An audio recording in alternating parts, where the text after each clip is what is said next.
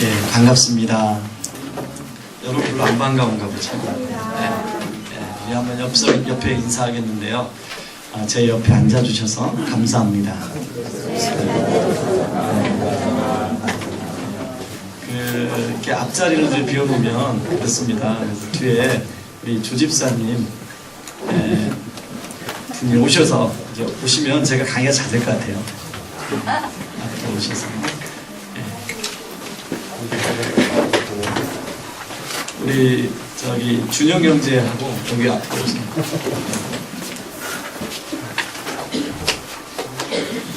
우리 말씀 하나를 찾겠습니다. 시편 119편 105절 말씀.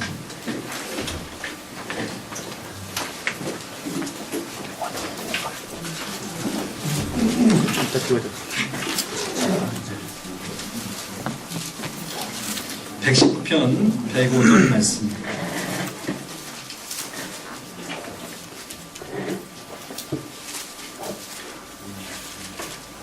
같이 한번 한 목소리로 읽겠습니다. 주의 말씀이 마치 내게 어찌기 죄송합니다. 105절입니다. 주의 말씀은 내 발의 등이요 내 길의 빛이니이다. 아멘. 한 번 더 읽겠습니다. 주의 말씀은 내 발의 등이요 내 길의 빛이니이다. 아멘. 자, 이 말씀이 분명히 주의 말씀은 내 발의 등이요 내 길의 빛이라고 고백했는데, 어떤 분은 주의 말씀은 옆에 있는 집사님의 등이 되고 옆에 있는 집사님의 발입니다, 이렇게 고백하는 분들이 계세요. 어때, 여러분들은 주의 말씀이 나의 등이요 내 길의 빛입니까? 정말이에요? 네. 디어큐티 세미나에 오신 분들이 아마 그렇고 싶어서 오셨을 거라고 생각합니다. 그래서 이 말씀이 그냥 성경에 기록된 말씀이 아니라 내 삶 속에서 정말 하나님의 말씀이 내 길의 빛이요 내 발의 등처럼 그렇게 되었으면 좋겠습니다. 성경을 보는 방법이 크게 두 가지 방법이 있어요. 이제 큰 숲을 보는 방법이 있어요. 제가 위쪽으로 좀 여러분 스크린 때문에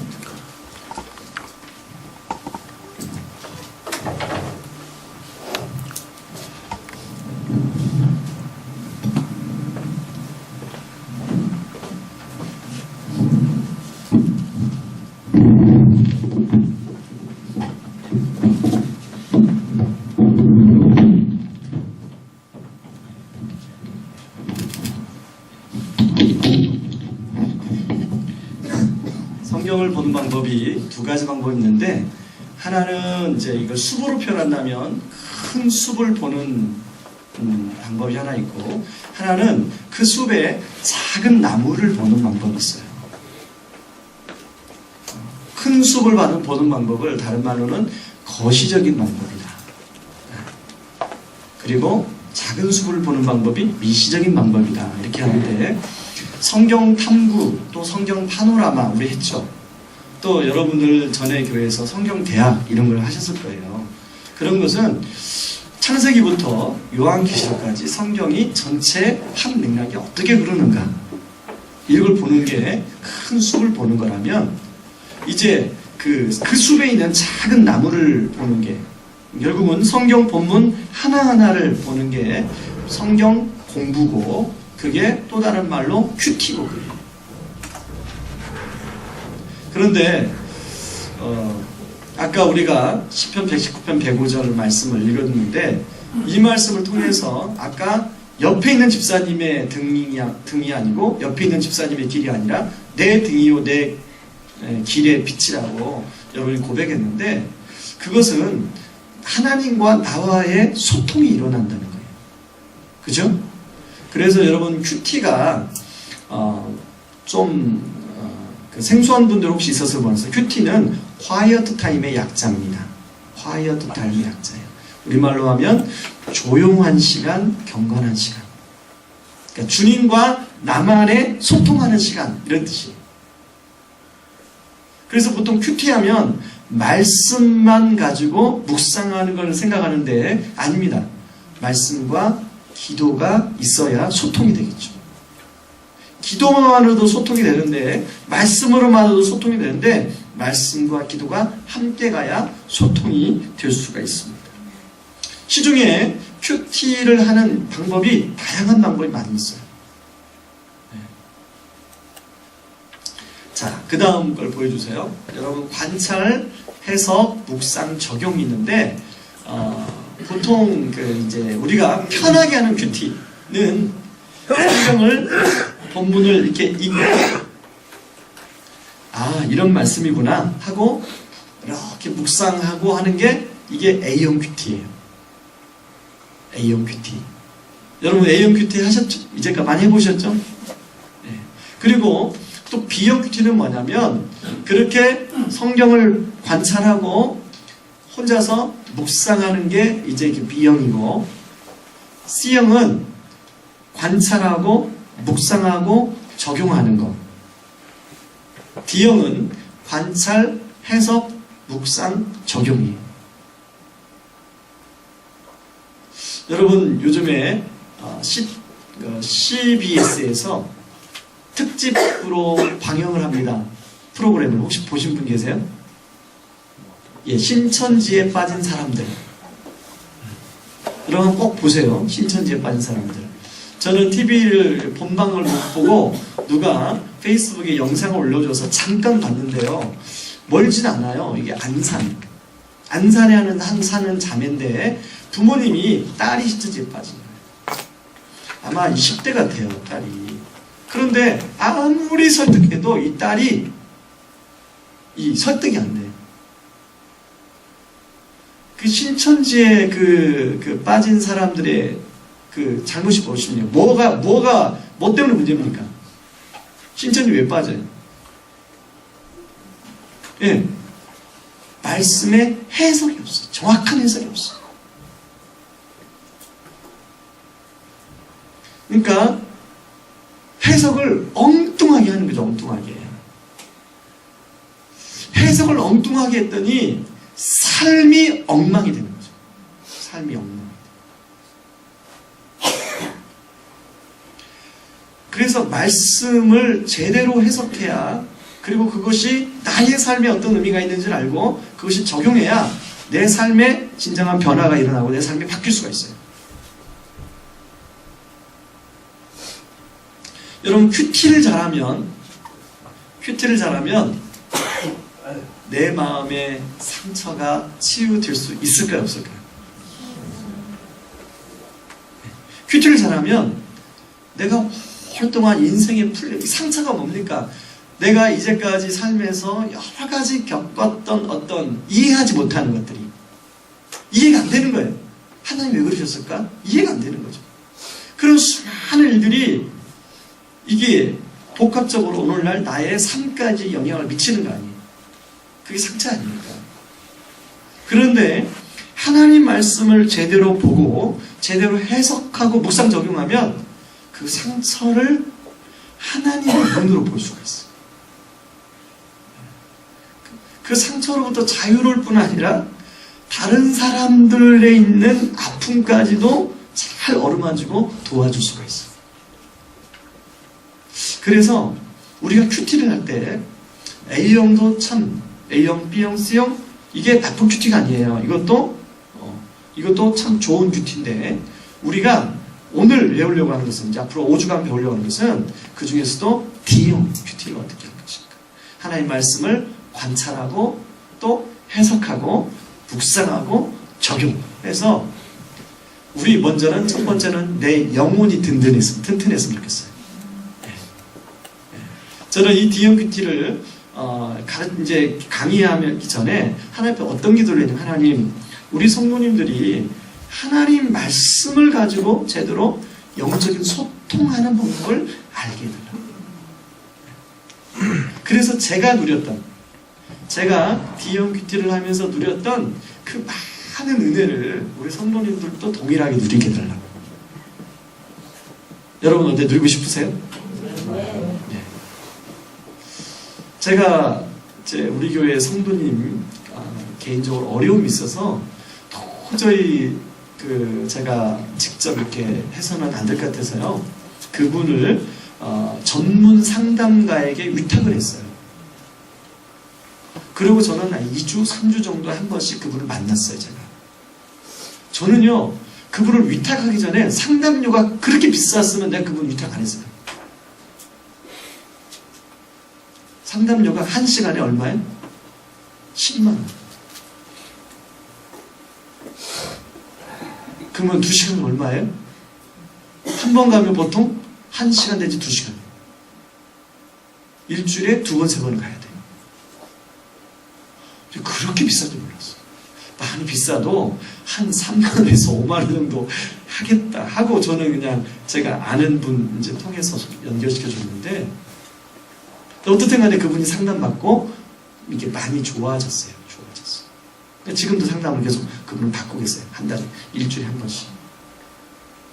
그런데 여러분 그렇게 상담받아도 좋아지는데요. 진짜 좋아지는 것은 성령님이 직접 상담해 주는 게 진짜 좋아집니다. 뭘로요? 하나님 말씀으로. 그게 가능할까요? 아니 그냥 제가 앞에서 하니까 그냥 아멘 하지 마시고 진짜 가능할까요? 제가 앞에 서 있는 제가 그 장본인. 저는 누구하고도 이렇게 상담을 해본 적이 없어요. 근데 성령님이 전문 상담가라고 제가 대화를 한 적이 있는데 목사님 혹시 상담을 받아본 적이 있으세요? 그러시더라고요. 그런 적 없다고. 근데 그런 부분을 어떻게 해결받았냐고 그러시더라고요. 제가 이렇게 해결받았다니까 목사님이 제대로 받으셨네요. 여러분 성령님이 카운셀러잖아요. 성령님이 카운셀러였어요.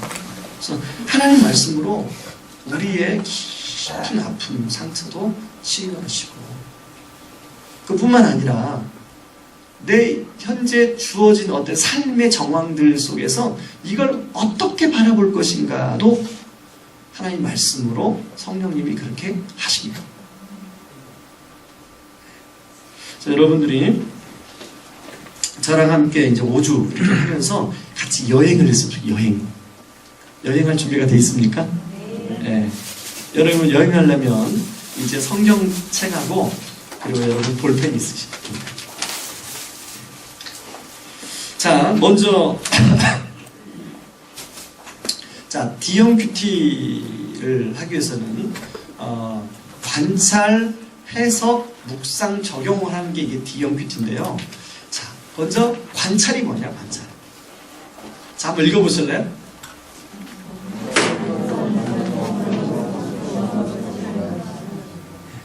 제가 그 큐티 세미나를 이제 그 전에 분당 우리 교회에서도 제가 이제 사임하기 전에 한 1년 동안 큐티 세미나를 했었는데요. 큐티 세미나를 할 때마다 제 고민이 뭐냐면 제가 한 시행착오를 줄이고 여러분들한테는 어떻게 쉽게 여러분의 것으로 만들어 드릴 것인가가 고민이 제 고민. 이번 큐티 세미나도 어떻게 하면 제가 했던 수없는 시행착오를 여러분들은 하지 않게 하고 이 줄여서 여러분은 그냥 엑기스만 가지고 이 주님과 교제하게 할까. 이게 저의 고민이었어요. 그래서 오늘도 강의안도 굉장히 간단하게 만들었어요. 어려우면 안 되잖아요. 그죠? 자, 관찰은 뭐라고요? 예. 관찰은 본문을 보면서 궁금한 것을 질문하는 게 관찰이에요.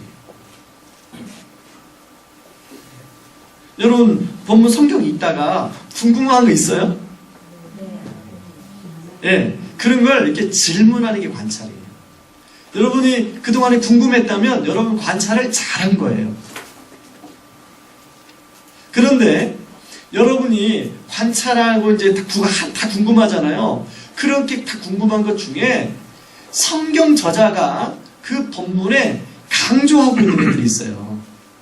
예를 들면 여러분 지리산에 가면 궁금한 것 많죠. 그렇죠? 이것도 궁금하고 저것도 다 궁금한데 진짜 중요한 궁금한 것만 우리가 빼내면 돼. 거기서 성경 본문 안에서 이 본문 안에서도 다 궁금한데 진짜 성경 저자가 이 본문에서 말하고자 하는 핵심 메시지, 그걸 찾는 거예요. 그게 관찰이에요, 관찰. 그래서 그걸 다른 말로 성경 저자의 의도. 자, 그래서 관찰을 하는 몇 가지 그 툴이 있는데요. 자, 첫 번째는 관찰할 때 그 본문의 문단을 나누셔야 돼요. 문단 나누는 거 언제 배웠지, 우리? 초등학교 때 배웠나요?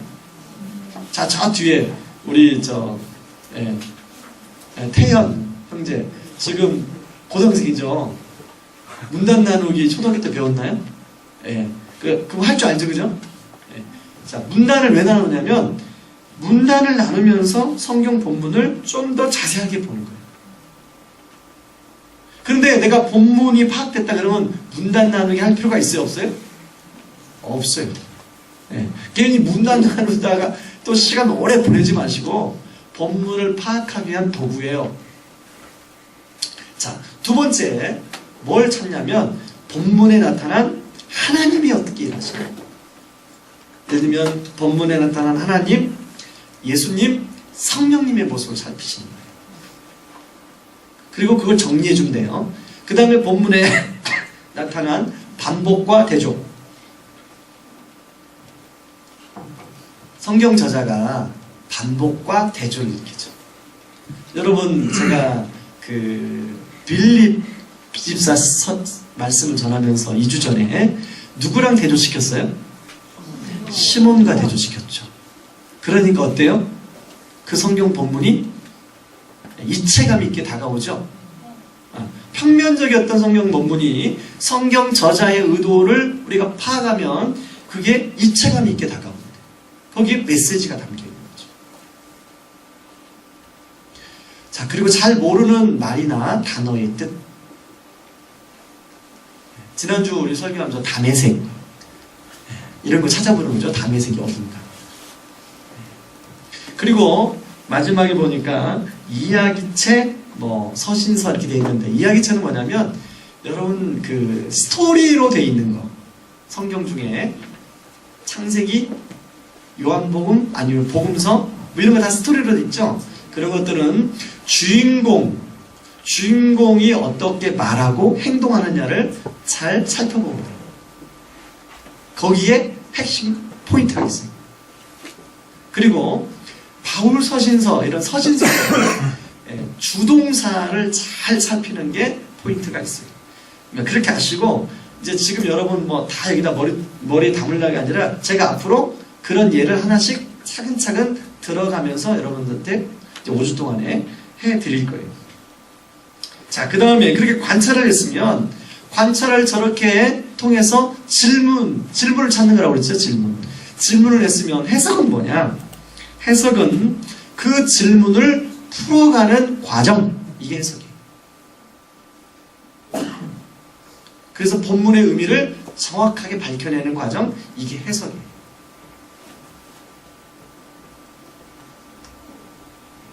해석이 뭐라고요?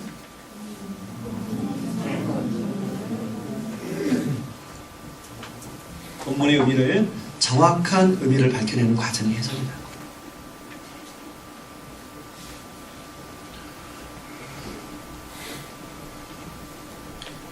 자, 해석을 하기 위해서는 몇 가지 과정이 필요한데, 먼저 답은 어디에 있다?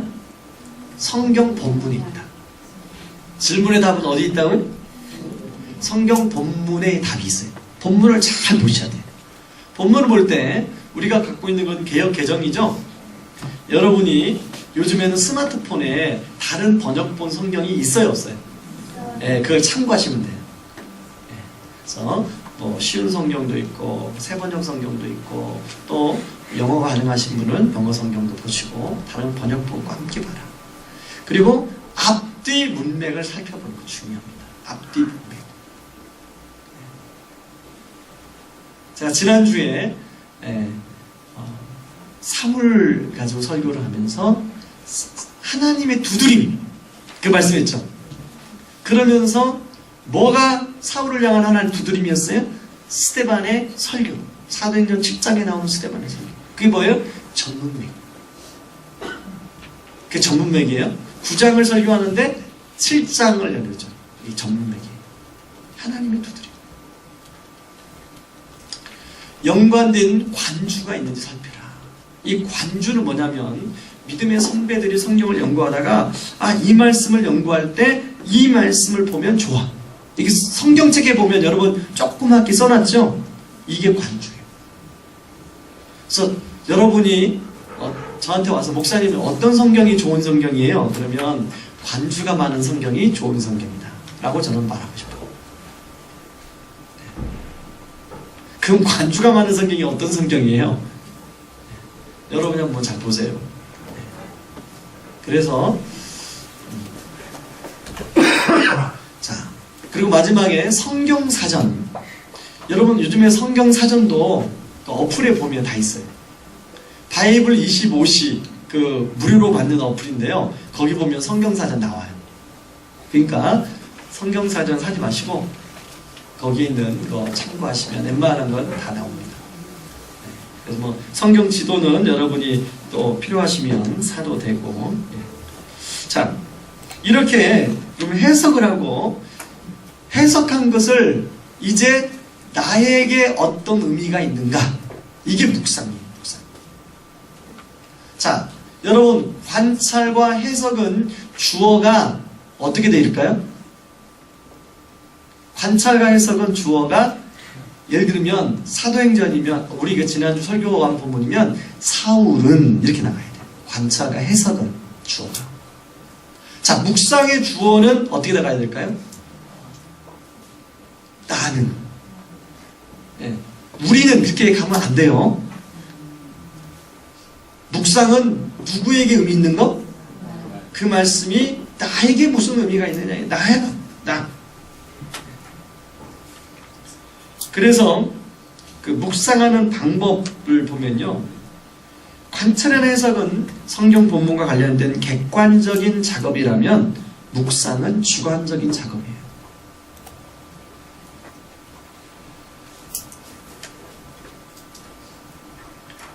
묵상은 그래서 하나님 말씀으로 나 자신의 삶을 들여다보려면 누구의 도움이 필요할까요?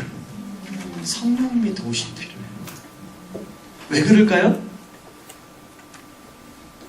자, 우리는 어떤 존재예요? 우리는 철저히 자기를 포장하기에 너무나 익숙한 존재예요. 하나님은 말씀으로 그 사람을 조명하고 싶은데, 나를 조명하고 싶은데 나는 잘 오픈을 안 하려고 그래. 어때요? 여러분 스스로를 볼 때 어때요? 이렇게 하나님 말씀 앞에 관찰 해석은 좀 되는데 묵상이 잘 돼요? 나를 말씀으로 깊이 나의 삶을 들여다봐요? 대답을 좀 해보세요.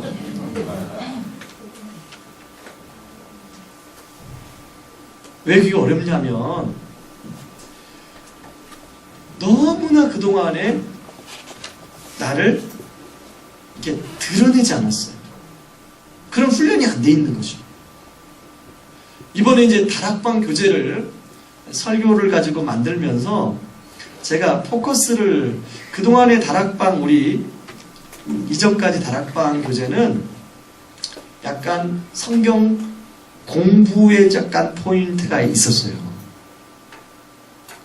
물론 거기도 묵상과 적용이 있었지만 근데 제가 이번에는 만들면서 그러다 보니까 말씀을 가지고 막 말씀이 바울이 어떻고 뭐 다윗이 어떻고는 얘기를 하는데 정말로 자기 삶이 어떤지에 대해서는 이야기를 잘 안 해요. 그래서 제가 그걸 확 없애고 박스로 만들어서 설명해버리고 대신 좀 자기 삶을 나눌 수 있도록 묵상 질문과 적용 질문으로 만드는 거예요. 여러분 다락방 교재 보셨죠? 자, 그 묵상 질문 앞에 여러분들이 여러분 어떻게 자기 삶을 거기다가 이렇게 쫙 정리가 잘 돼요? 네? 자, 여러분 다락방 안에서 그게 묵상 질문 앞에 자기를 어떻든 그 말씀 앞에 비추면서 얘기해야 되잖아요. 어떻게 자기 잘 돼요? 여러분 스스로 잘 돼요? 잘 돼요? 그 여자분들은 잘 되는데 남자분들은 잘 안 돼요. 김호성 집사님 어때 잘 돼요? 네. 네. 우리 김호성 집사님은 훈련할 때부터 참 잘했어요. 솔직한, 굉장히 자기 삶에 굉장히 솔직해요. 그래서 제가 검사할 때마다, 그거 할 때마다 늘 은혜를 받았어요. 그래서 제가 여쭤본 거예요. 근데 남자분들 잘 안 돼요. 그게. 우리 앞에 있는 주차부장님. 잘 안 되죠? 예, 네, 잘 안 돼요. 그게 남자들은 좌뇌가 발달돼가지고요. 여자분들은 좌뇌가 발달돼서 이렇게 막 자기 이야기를 옆에 사람하고도 많이 하는데 남자들은 별로 그런 훈련이 안 돼 있어요. 잘 안 돼요. 그죠? 조집사님. 청년들도 그러나요? 네. 그러나 성령님이 말씀으로 우리 삶을 조명하기를 원해서 조명할 필요가 있습니다. 자, 그렇게 묵상을 할 때는 조명이 안 되니까 묵상 질문을 하고 묵상하면 조금 더 깊이 있게 묵상할 수 있어요. 바로 묵상하는 것보다 스스로에게 질문을 하는 묵상 질문을 하는 거예요. 그리고 묵상하면 내가 묵상할 수가 있어요.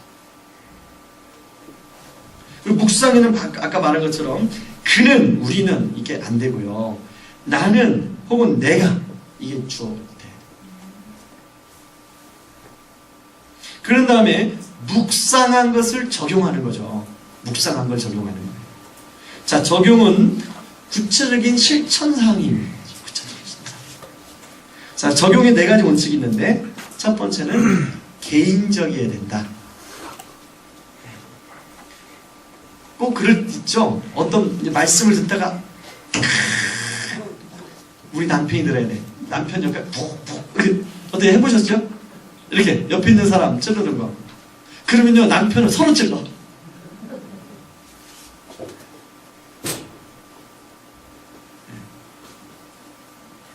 그리고 말씀 듣다 보면 그 김집사가 들어야 되는데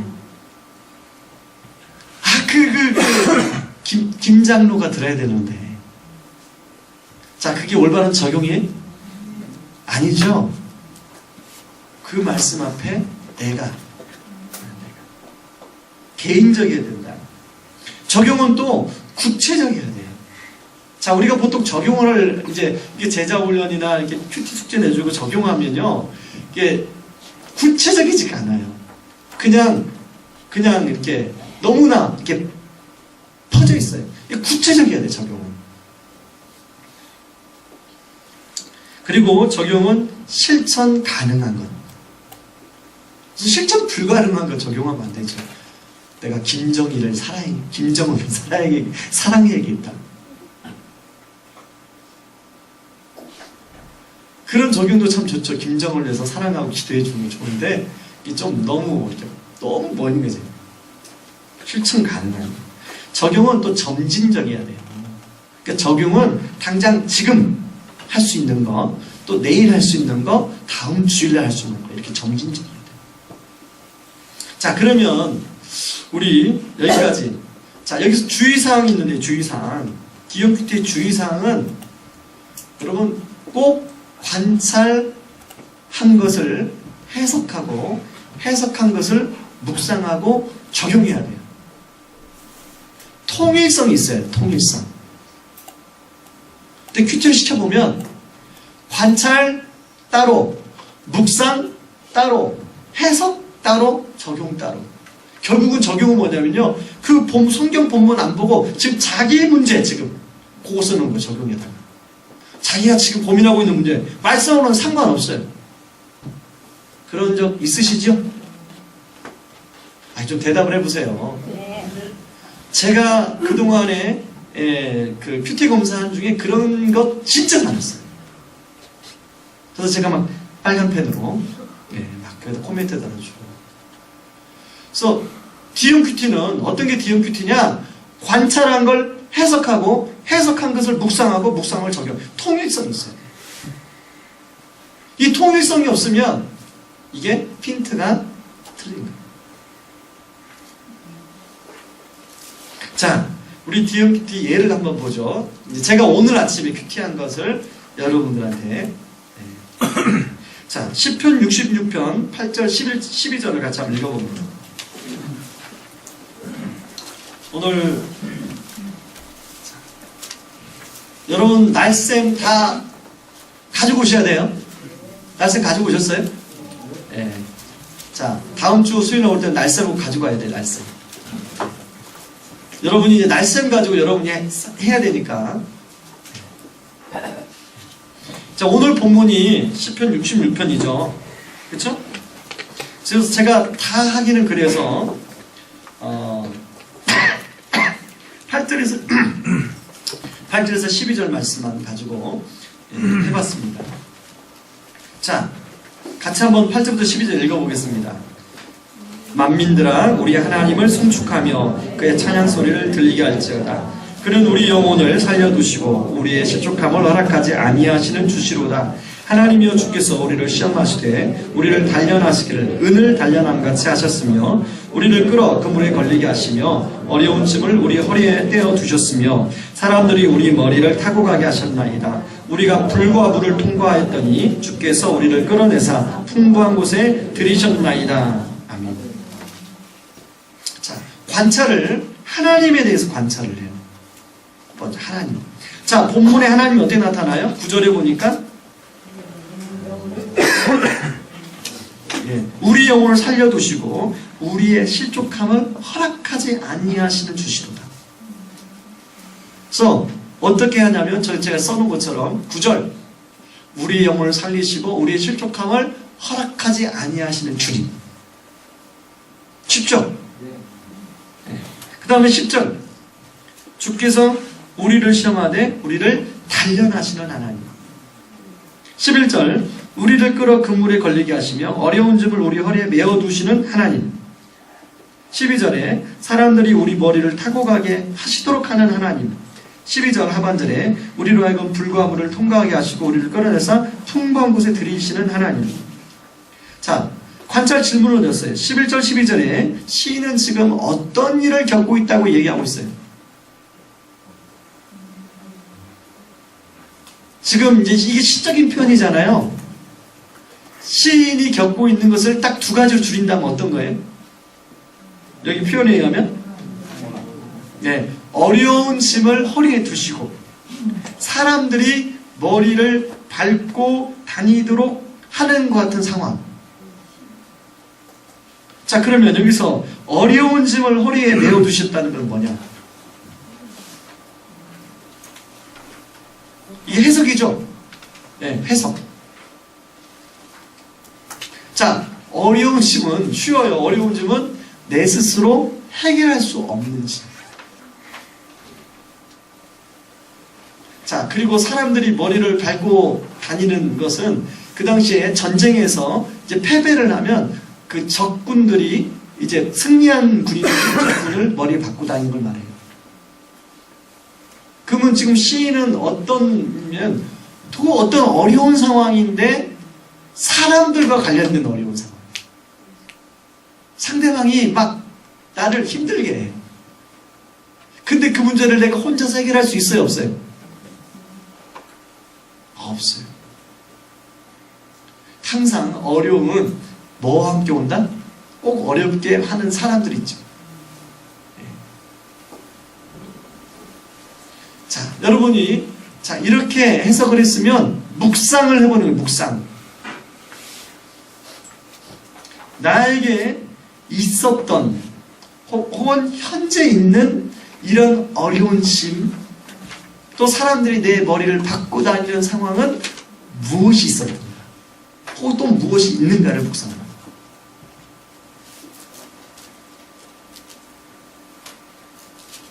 여러분 인생에 있었어요? 없었어요? 있었어요. 그것을 쭉 적어보라고. 난 그런 게 한 번도 없었다. 손 들어보세요. 나는 내 인생에 난 그런 게 한 번도 없었다. 한 번도. 우리 준영이 형제가 손 요즘 소리 들렸다. 인생을 짧게 살았지만요, 제가 알아요. 지금 참 굉장히 어려운 짐이 있어요. 기도해 주셔요, 우리 준영이 형제. 굉장히 개인적으로, 가정적으로 어려운 일이 있어요.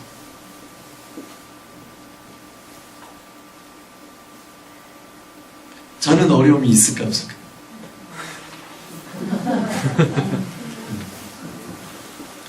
제가 이 말씀을 이렇게 묵상하면서 제 인생에 가장 이렇게 힘들고 어려웠던 때가 언제 있었나 이렇게 보니까 많이 있었는데 제가 우울증과 대인기피증을 알았던 때가 있더라고요. 저도 몰랐어요. 제가 그랬는지. 근데 이 말씀, 사람들이 머리를 밟고 다닌다는 말씀에 삘이 와가지고 돌이켜보니까 그런 때가 있었더라고요.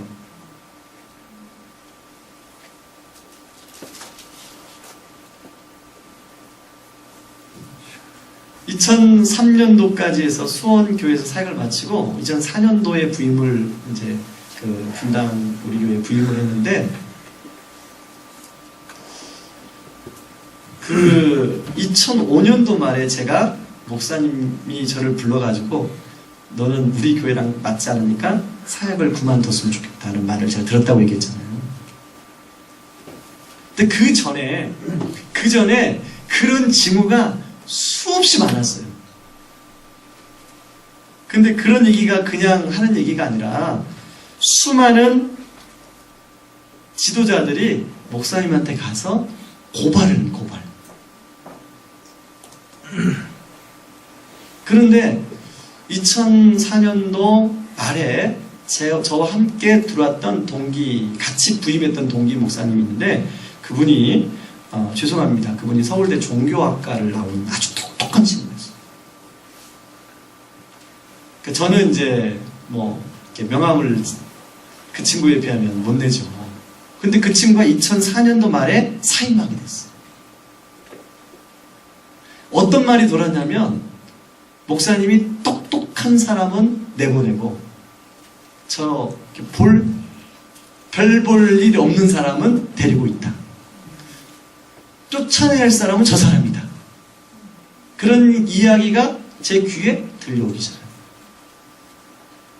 근데요, 어떤 게 되냐면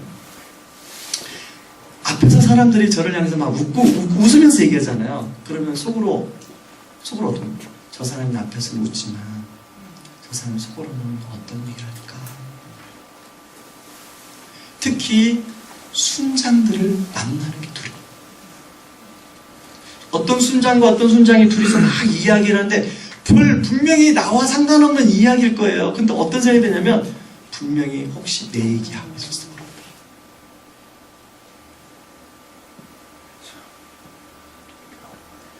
사람들 만나는 게 너무 두려워요.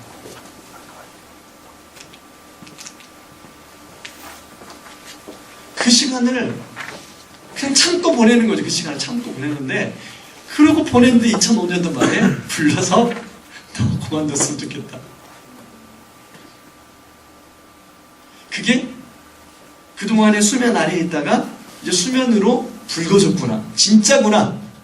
사람들께 수근수근 그때 그 사람이 이야기한 게 그 내 얘기한 거 맞고 그걸 또 목사님한테 메일을 보내가지고 뭐 그런 거 맞구나. 뭐 온갖 상상이 다 되는 거예요. 상상. 대인기피증.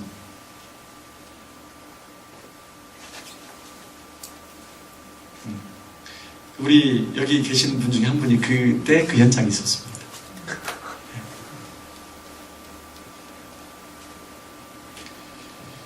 그러면 그때 그런 문제 속에 있을 때 어떻게 반응하는 그것이 하나님이 원하시는 것이냐?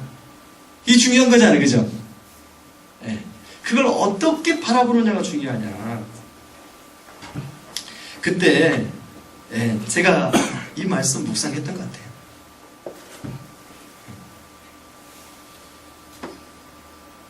그리고 지금도 이제 지금 현재 있는 어려움은 이제 어제 제 저녁에 저희 형이 마지막 항암을 하기 위해서 저희 집에 와서 주무셨어요. 그래서 오늘 새벽 기도 끝나고 제가 병원에 모셔다 드리고 바로 출근을 했는데, 장모님도 지난 주일날 항암 마치고 집에 오셔서 이번에는 특별히 힘들어요. 좀 많이 힘들어요. 어젯밤에는 아파가지고 잠을 제대로 못 주무셨어요. 자, 그런 어떤 그런 상황에 있는 거죠. 현재 제가 현재 어려움이. 그리고 자, 이런 어려움들이 어때요? 우리가 인생을 살아가면서 그냥 한 번 있고 없어요? 아니면 계속 또 생겨요? 네. 생각지도 못한 데서 어려움이 어떻게? 네, 계속 생기죠? 생겨요. 나는 어려운 짐 하나만 메고 싶은데 자꾸 어려운 짐이 생겨요. 그리고 사람들이 더 이상 내 머리를 안 밟고 다녔으면 좋겠는데 사람들이 머리를 밟고 다니는 일이 생겨요. 때로는 동서가 한번 밟았다가, 때로는 또 거래처에서 한번 밟았다가 생기는 거예요.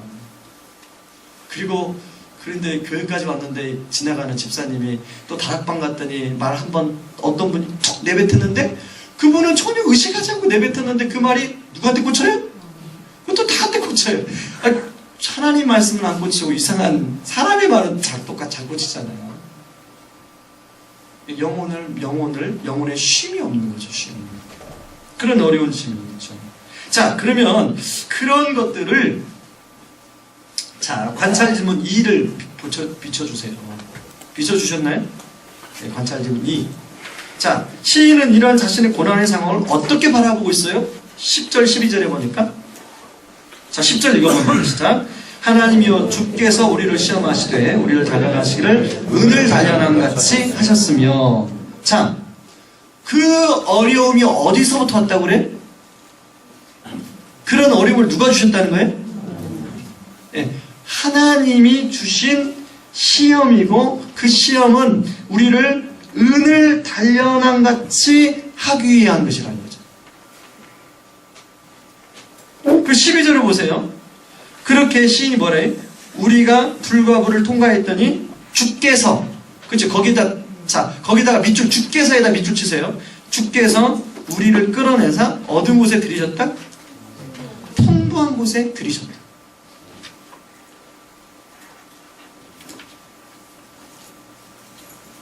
자, 여러분 여기 해석 질문을, 은을 단련시키는 과정은 구체적으로 어떤 과정이고, 연관져서 물과 불을 통과했다는 일은 무슨 말인가? 이 해석 질문 던졌어요. 한번 거기 제가, 당시에 은은 금보다 비쌌어요. 세공사는 이제 은을, 그 돌덩어리에서 은을 이렇게 캐내기 위해서 세공사가 그 돌 조각들을 집어넣고 아주 고열로 달궈요.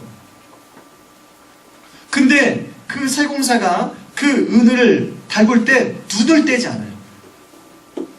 왜냐하면 불순물을 이제 그 아주 고도로 불을 달구면서 불순물을 빼내기도 하고, 그리고 혹시나 더 높은 열을 가해서 은이 녹아버릴까봐.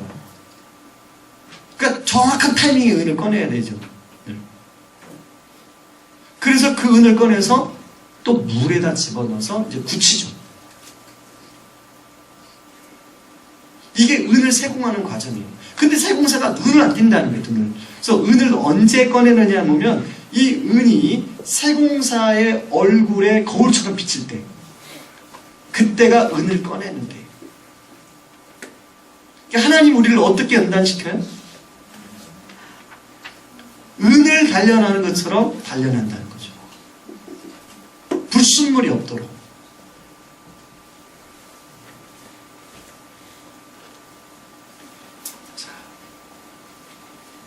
자, 물과 불을 그럼 통과했더니 시인이 어떻게 됐어요? 풍부한 곳에, 하나님이 우리를 끌어내서 풍부한 곳에 들이셨다는 거예요. 자, 그러니까 단련의 목적은 뭐예요? 단련의 최종 종착지는 어디? 풍부한 곳이에요. 이 풍부한 곳이 무엇일까? 풍부한 곳이 무엇일까? 여러분, 우리가 이걸 기복적으로도 접근할 수가 있어요. 풍부한 거. 뭔가 내 문제가 해결되는 거. 그러나 저는 이렇게 접근하고 싶지 않아요.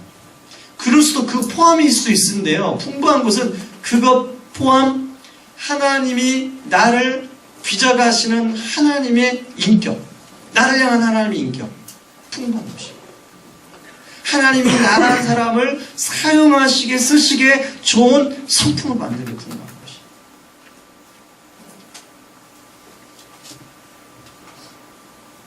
그래서 제가 묵상질문에다가 이렇게 써놨어요.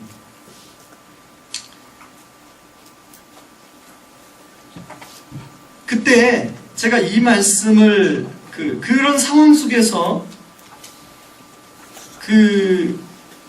그런 상황 속에서도 제가 버틸 수 있었던 힘이 어디 있었나 보니까 하나님 말씀을 붙들고 버틸 수 있었고, 그 시간이 지나고 보니까 그게 나에게 없어서는 안 되는 귀한 훈련의 과정이에요. 저에게.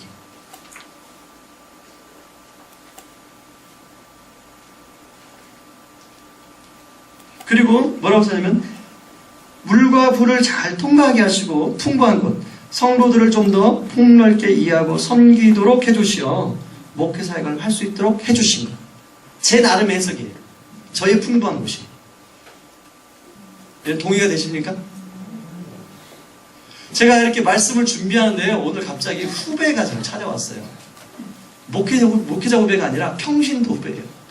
군선교 할 때 함께 이제 같이 동역했던 후배인데요. 이 친구는 남서울 은혜교회를 다녀요. 근데 남서울 은혜교회를 왜 다니냐면 남서울 은혜교회 집사예요. 남서울 은혜교회 뭐가 있죠?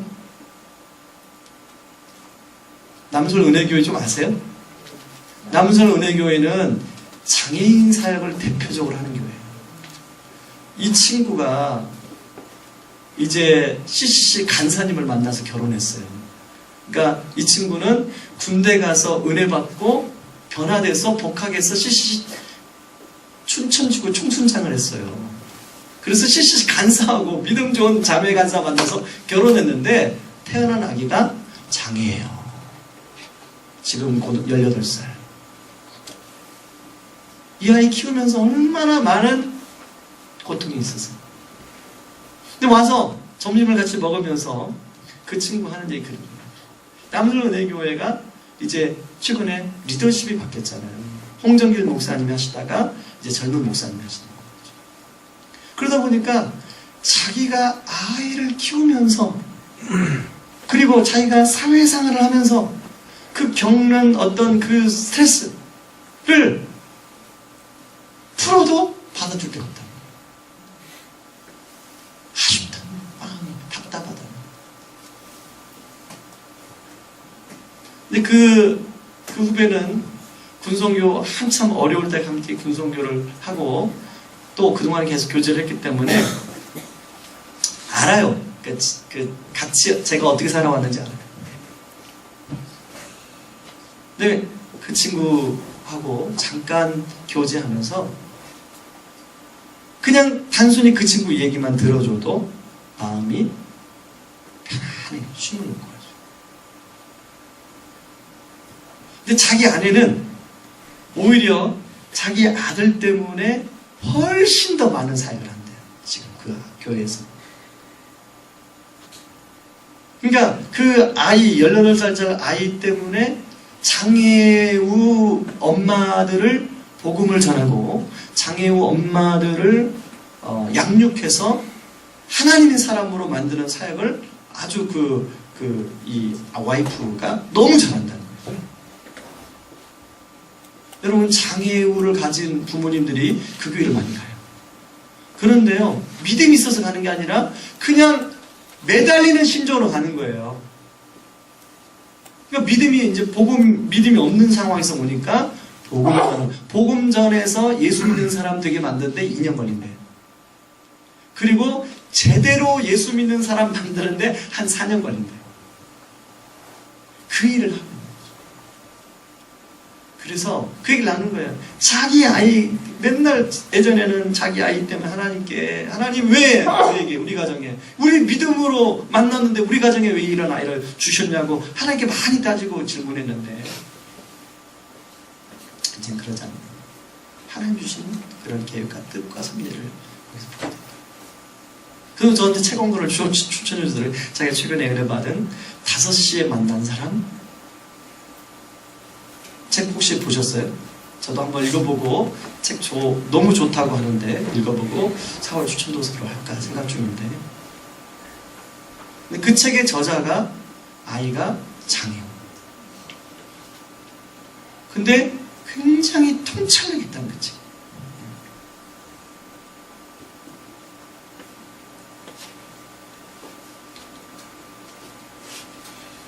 사실은 오늘 아침에 이제 적용 질문입니다. 적용 질문. 아침에 저희 이제 큰 형이 6번으로 끝났어요. 오늘까지 항암치료 끝났는데 형이 항암을 하면서 너무 어린아이가 되어버렸어요. 그래서 주변 사람을 힘들게 해요.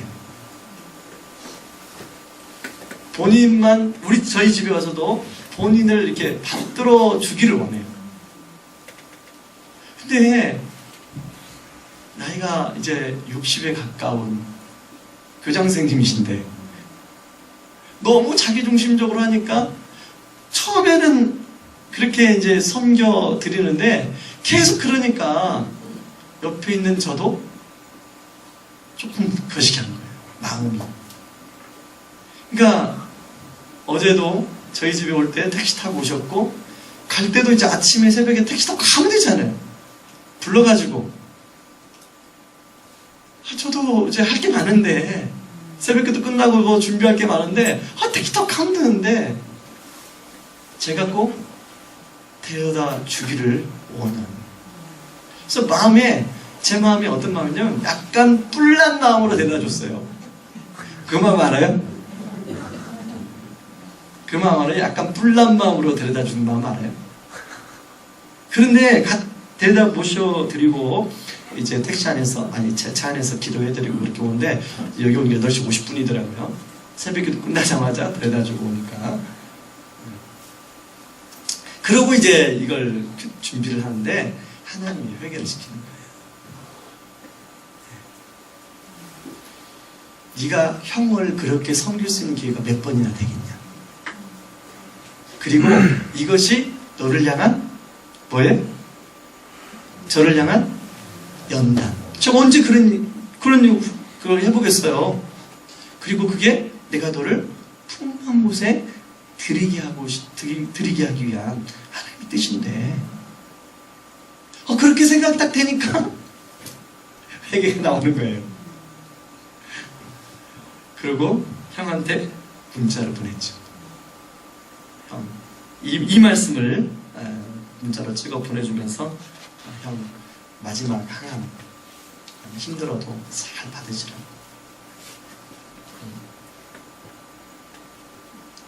자, 만약에 제가 이 말씀을 보지 않았으면 지금도 형에게 무슨 마음이 있어요?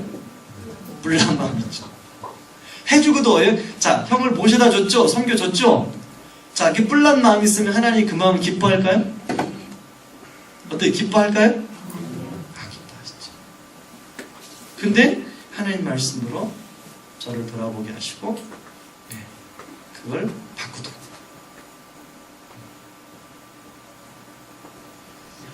반찬 투정도 많이 하더라고요.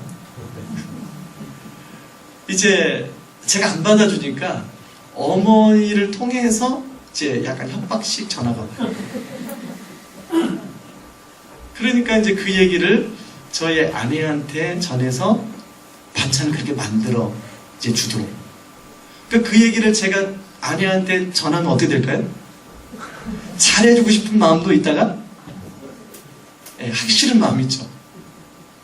그전에도 그러니까 6번 받았으니까 총 한 번은 안 오고 5번 왔는데 그때마다 막 정말 없는 반찬 있는 반찬 해가지고 바쁜데 잘 만들어서 또 이렇게 해줬는데 마지막인데 그동안의 반찬이 어쨌느니 저쨌느니 그 얘기를 들으니 그래서 제가 또 아내가 또 마음이 상했을 것 같아서 또 아내 마음도 좀 만져줘야겠다. 당연히 없네요 오늘. 네, 아마 오늘 여기 학생의 면담, 우리 아이가 이제 고1이니까 면담 간 것 같아요.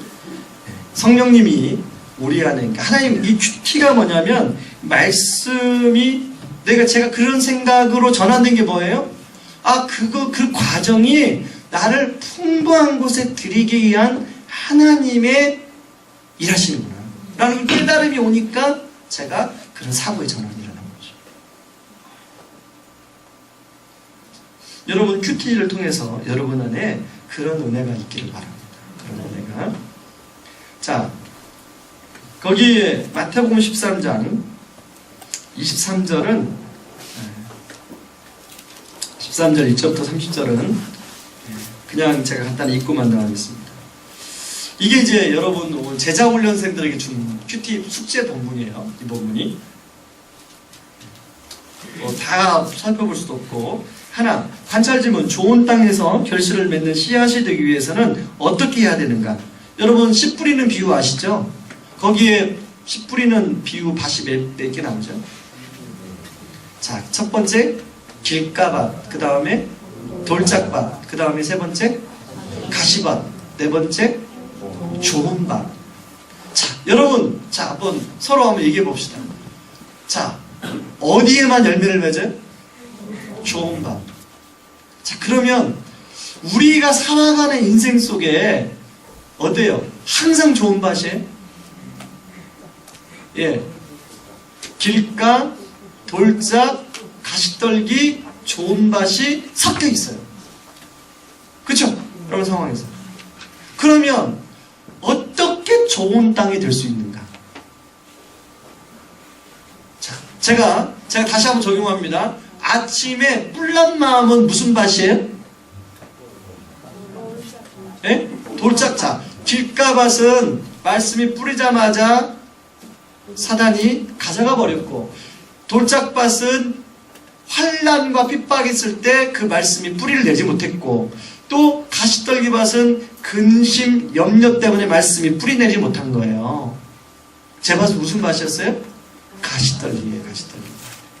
그런데 어떻게 기경이 됐어요? 좋은 밭은 어떻게 기경이 됐어요? 뭘 통해서? 말씀을 통해서. 이 씨 뿌리는 비유의 핵심은 뭐냐면, 좋은 밭이라고 태초부터 좋은 밭이 없어요. 우리 인간은 좋은 밭이 없어요. 좋은 밭이 없어요. 한번 옆 사람 물어보세요. 집사님 원래 좋은 밭이세요? 물어보세요.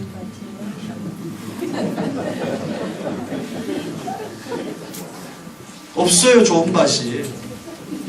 좋은 밭을 어떻게 할 수 있냐면, 내 안에 있는 돌짝밭, 길가밭, 가시떨기밭을 좋은 밭을 기경하는 거예요. 뭘로요?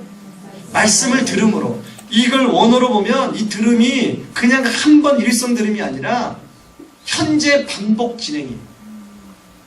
말씀을 어떻게 듣고 또 들음으로 좋은 밭이 되는 거예요. 그래서 좋은 밭이 될 때 몇 배를 결실을 맺어요? 100배, 60배, 30배의 결실을 맺는 거예요.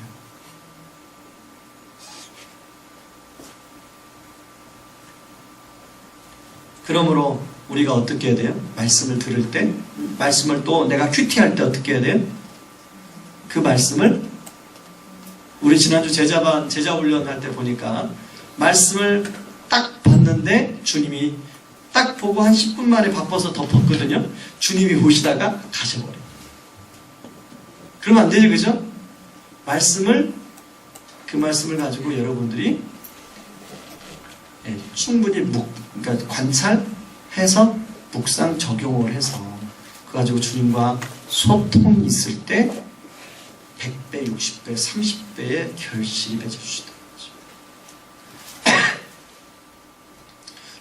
저와 여러분의 삶이 그러니까 말씀을 가지고 그렇게, 그러니까 원래 밭은, 내 밭은 돌짝밭이고 내 밭은 길가밭이고 내 밭은 가시떨기밭인데, 그렇게 말씀이 큐티가 여러분의 밭을 좋은 밭으로 기경하면, 매일매일 좋은 밭으로 기경이 되면 어떨까요?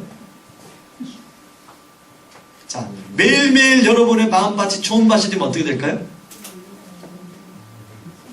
여러분의, 우리들의 삶이 100배, 60배, 30배 결실이 맺어지는 거죠.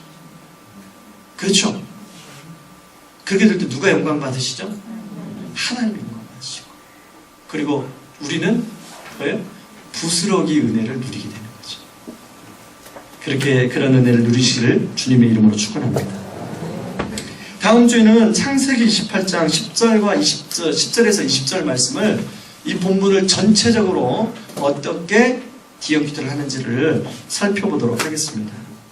이 시간에 우리 같이 한번 좀 제가 찬양하고 같이 좀 기도하는 시간을 갖기를 원합니다. 여러분, 나는 믿네라는 찬양인데요. 여러분, 오늘 말씀에, 시편 말씀에 하나님이 우리에게 어려운 짐을 주셔요. 여러분에게 있는 어려운 짐이 어떤 짐이 있어요? 사람들이 내 머리를 밟고 지나가요. 현재 아마 그런 어려움 가운데 있는 분이 계실 거예요. 그러나 그런 어려움을 우리가 상황만 바라보면 죽을 것 같죠. 그런데 오늘 하나님의 관점으로 보니까 그것이 풍부한 곳에 드리기 위한 하나님의 연단의 과정이라는 거죠. 오늘 시간에 내게 허락하신 시를 통해 나의 믿음 더욱 강하게 자라나고 같이 찬양하며 나가기를 원합니다.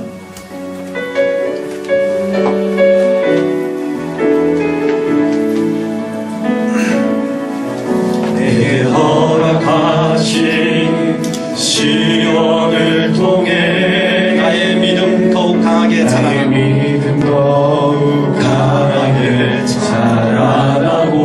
험한 산과 골짜기 지나는 동안 주께 더 가까이 나를 이끄시네. 내가 겪는 시험이 어렵고 힘겨워도 내 주님보다 크지 않네. 내 앞에 바다가 갈라지지 않으며 주가 나로 바다 위 걷게 하리. 나는 믿네. 주의 능력으로 내 삶 새롭게 하리. 나는 믿네. 주의 능력으로 담대히 나가리라. 주와 함께 싸워 승리하리라. 날마다 믿음으로 나 살아가리. 다시 한번 여러분 가사를 생각하면서 눈을 감고 제 가사를 불러드리겠습니다. 내게 허락하신 시련을 통해 나의 믿음 더욱 강하게 자라나고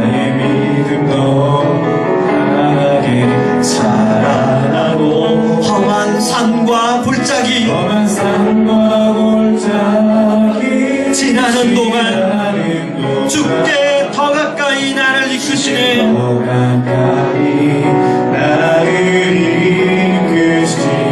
내가 겪는 시험이 어렵고 힘겨워도 내 주님보다 크지 않네.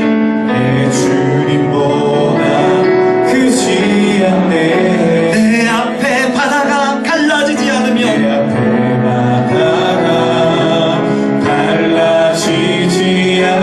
주가 나로 바다 위 걷게 하리. 나는 믿네. 주의 능력으로 내 삶 새롭게 되리.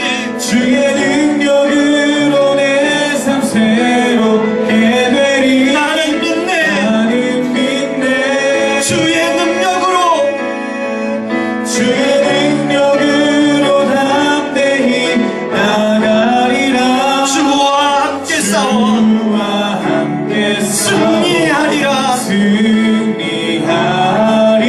날마다 믿음으로 날마다 믿음으로 나 살아가리. 그렇습니다. 지금도 여전히 우리에게 어려운 짐들이 있어요. 도저히 내 힘으로 해결할 수 없는 짐들이 있어요. 그리고 그것이 나를 힘들게 하는 사람들이 있어요.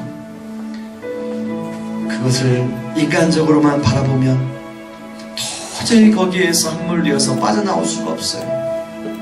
하나님도 원망스럽고 모든 것이 원망스러워요. 그러나 그것이 주께서 나를 풍부한 곳에 들이시기 위한 연단의 과정이라는 것을 알게 되면 내 안에 힘이 생겨요. 말씀으로 힘이 생겨요. 뿔난 마음이 아니라 가시밭 같은 마음이 아니라 돌짝밭 같은 마음이 아니라 기경 좋은 밭으로 기경이 돼요.